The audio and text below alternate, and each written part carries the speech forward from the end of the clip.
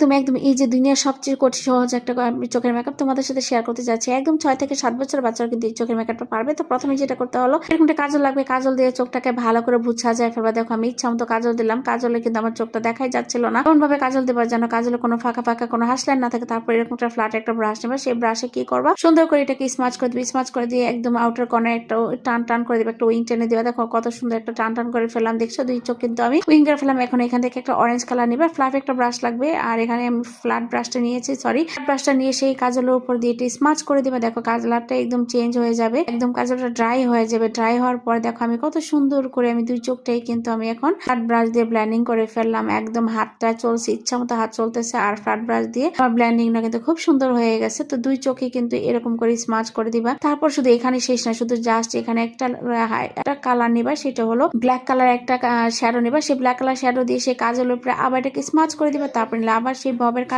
কাজল নিয়ে চোখের নিচে দিবা, ওয়াটার লাইনে ববের কাজলটা দিয়ে আমি এটাকে স্মাচ করে দিব। উপরে যে ট্রানজেকশন কালার দিয়েছিলাম, এটা লাইট কালার অরেঞ্জ, সেই অরেঞ্জ কালারটা আমি এখন চোখের নিচেও দিয়ে দিব। ইনার কর্নার দিয়ে ফেললাম একটু হাইলাইটার না দিলে কি হয় বলতো, কত সুন্দর করে আমি চোখের মেকআপটা করে ফেললাম। হ্যাঁ, লো আইল্যাশও কিন্তু আমি উপরে যে ট্রানজেকশন কালারটা দিয়েছিলাম, এটা কিন্তু আমি লো আইল্যাশও দিয়েছি। দেওয়ার পরে কিন্তু আমার চোখটা দেখো কত সুন্দর ফুটে উঠেছে। তো এই ছিল ইজি মেকআপ। যদি ভালো লাগে লাইক ফলো শেয়ার দিয়ে পাশে থাকবে।